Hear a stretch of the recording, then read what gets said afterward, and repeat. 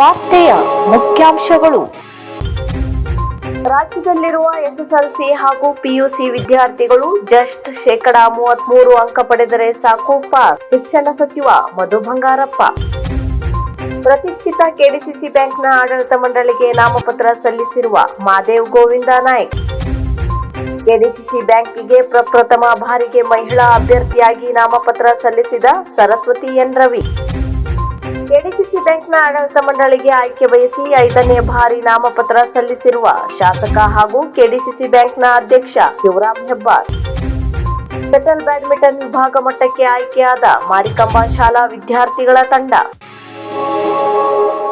ಶಿರಸಿಯಲ್ಲಿ ನಡೆದ 17 ವರ್ಷದ ವಯೋಮಿತಿಯೊಳಗಿನ ಜಿಲ್ಲಾ ಮಟ್ಟದ ಇಲಾಖಾ ಕ್ರೀಡಾಕೂಟದಲ್ಲಿ ಶ್ರೀ ಮಾರಿಕಂಬಾ ಸರ್ಕಾರಿ ಪ್ರೌಢಶಾಲೆಯ ವಿದ್ಯಾರ್ಥಿಗಳ ಬಾಲಕರ ಶಟಲ್ ಬ್ಯಾಡ್ಮಿಂಟನ್ ತಂಡ ಪ್ರಥಮ ಸ್ಥಾನ ಪಡೆದು ವಿಭಾಗ ಮಟ್ಟಕ್ಕೆ ಆಯ್ಕೆಯಾಗಿರುತ್ತಾರೆ. ಮಕ್ಕಳ ಸಾಧನೆಗೆ ಶಾಸಕರಾದ ಭೀಮಣ್ಣ ಟಿ ನಾಯ್ಕ್ ಶ್ಲಾಘನೆ ವ್ಯಕ್ತಪಡಿಸಿದ್ದಾರೆ.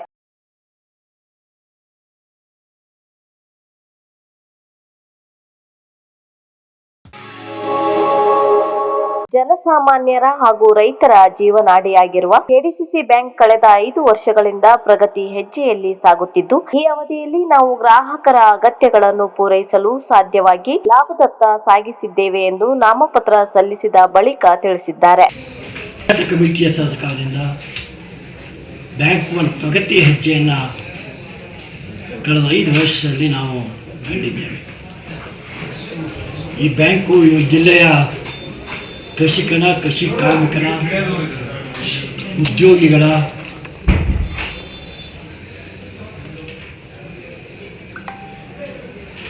ಹಾಗೂ ಬ್ಯಾಂಕಿನಲ್ಲಿ ಹಣವನ್ನು ತೊಡಗಿಸ್ತಕ್ಕಂಥ ನನ್ನ ಠೇವಣಿದಾರರ ಹಿತದೃಷ್ಟಿ, ಬದ್ಧತೆ ಇದು ನಮ್ಮ ಮೂಲಭೂತವಾಗಿರ್ತಕ್ಕಂಥ ಗುರಿ. ಡಾಕ್ಟರ್ ಪಂಡಿತ್ ಹಾಕಿಕೊಟ್ಟಿರ್ತಕ್ಕಂಥ ಮಾರ್ಗದರ್ಶನದಲ್ಲಿ ಸಂಸ್ಥಾಪಕ ಅಧ್ಯಕ್ಷ ಆಗಿರ್ತಕ್ಕಂಥ ಪಂಡಿತರ ಮಾರ್ಗದರ್ಶನ, ಇನ್ನೂ ಅನೇಕ ಹಿರಿಯ ಅಜ್ಜಿಬಾಳ ಹೆಗಡೆಯವರು, ಆರ್.ಎಸ್. ಭಾಗವತು, ಶಾಂತಾನಂದೇವರು, ಹಲವು ಜನ ಹಿರಿಯರ 105 ವರ್ಷಗಳ ಆಡಳಿತ ಈ ಸಂಸ್ಥೆಯನ್ನು ಇವತ್ತು 3ನೇ ಬಾಡಿಗೆ ತೆಗೆದುಕೊಂಡು ಹೋಗಿ ಮುಟ್ಟಿಸಿದೆ. ಇದೇ ರೀತಿ ಹೌದು, ಇದನ್ನು ಪ್ರಾಥಮಿಕ ಹಾಗೂ ಪ್ರೌಢಶಾಲಾ ಶಿಕ್ಷಣ ಸಚಿವರಾದ ಮಧು ಬಂಗಾರಪ್ಪನವರೇ ತಿಳಿಸಿದ್ದಾರೆ. ಇನ್ನು ಮುಂದೆ ಎಸ್ಎಸ್ಎಲ್ಸಿ ಮತ್ತು ಪಿಯುಸಿ ಪಾಸಾಗುವ ಅಂಕವನ್ನು 33ಕ್ಕೆ ನಿಗದಿಗೊಳಿಸಲಾಗಿದೆ ಎಂದು ತಿಳಿಸಿದ್ದಾರೆ. ಎಲ್ಲಾ ವಿಷಯಗಳಿಗೆ ಉತ್ತೀರ್ಣದ ಅಂಕವನ್ನು 35ಕ್ಕೆ ಬದಲಾಗಿ 33ಕ್ಕೆ ಇಳಿಸುವ ಬಗ್ಗೆ ಚರ್ಚಿಸಲು ಸಾರ್ವಜನಿಕ ವಲಯಕ್ಕೆ ಬಿಡಲಾಗಿತ್ತು. ಇದರಲ್ಲಿ 701 ಜನರು 33 ಅಂಕಗಳ ಪರವಾಗಿ, ಕೇವಲ 8 ಜನರು 35 ಅಂಕದ ಪರವಾಗಿ ಅಭಿಪ್ರಾಯಗಳು ಕೇಳಿ ಬಂದಿದ್ದವು. ಈ ಹಿನ್ನೆಲೆಯಲ್ಲಿ ಶೈಕ್ಷಣಿಕ ವರ್ಷದಿಂದ ರಾಜ್ಯದಲ್ಲಿ ಉತ್ತೀರ್ಣದ ಅಂಕವನ್ನು 33ಕ್ಕೆ ಇಳಿಸಲಾಗಿದೆ ಎಂದು ಅವರು ಬೆಂಗಳೂರಿನಲ್ಲಿ ಸುದ್ದಿಗೋಷ್ಠಿ ನಡೆಸಿ ತಿಳಿಸಿದ್ದಾರೆ.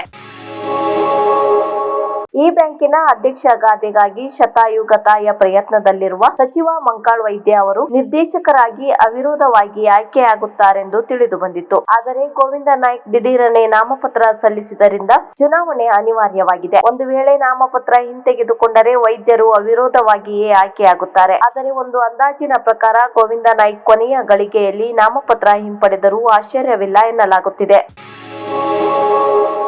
ಪ್ರತಿಷ್ಠಿತ ಕೆಡಿಸಿಸಿ ಬ್ಯಾಂಕಿಗೆ ಆಯ್ಕೆ ಬಯಸಿ ಸ್ಕ್ವಾಡ್ವೇಸ್ ಮಹಿಳಾ ಸೌಹಾರ್ದ ಸಹಕಾರಿ ಅಧ್ಯಕ್ಷರಾದ ಸರಸ್ವತಿ ಎನ್ ರವಿ ನಾಮಪತ್ರ ಸಲ್ಲಿಸಿದರು. ಈ ಸಂದರ್ಭದಲ್ಲಿ ಮಾತನಾಡಿದ ಅವರು, ಬ್ಯಾಂಕಿನ ಸರ್ವತೋಮುಖ ಅಭಿವೃದ್ಧಿಗೆ ತನಗೊಂದು ಅವಕಾಶ ನೀಡಬೇಕೆಂದು ಮನವಿ ಮಾಡಿದರು. ಮೊದಲನೇ ಬಾರಿಗೆ ನಾನು ಪ್ರಯತ್ನ ಪಡ್ತಾ ಇದ್ದೇನೆ. ನನ್ನ ಎಲ್ಲ ಮಹಿಳೆಯರು, ಅಕ್ಕ ತಂಗಿಯರು ನನ್ನ ಜೊತೆ ಬಂದು ಸಪೋರ್ಟಿಗೆ ನಿಂತ್ಕೊಂಡಿದ್ದಾರೆ. ಹಾಗೆ ಎಲ್ಲ ನಮ್ಮ ಡೆಲಿಗೇಟ್ಗಳು ಕೂಡ ನನಗೆ ಸಪೋರ್ಟ್ ಮಾಡಿ ಅಂತ ನಿಮ್ಮೆಲ್ಲರ ಮೂಲಕ ಅವ್ರನ್ನೂ ಕೂಡ ಕೇಳ್ಕೊಳ್ತಾ ಇದ್ದೇನೆ. ಮಹಿಳೆಯರು ಬರಬೇಕು, ಇಲ್ಲಿ ಉದ್ದೇಶಕ್ಕಾಗಿ ಹೋರಾಟ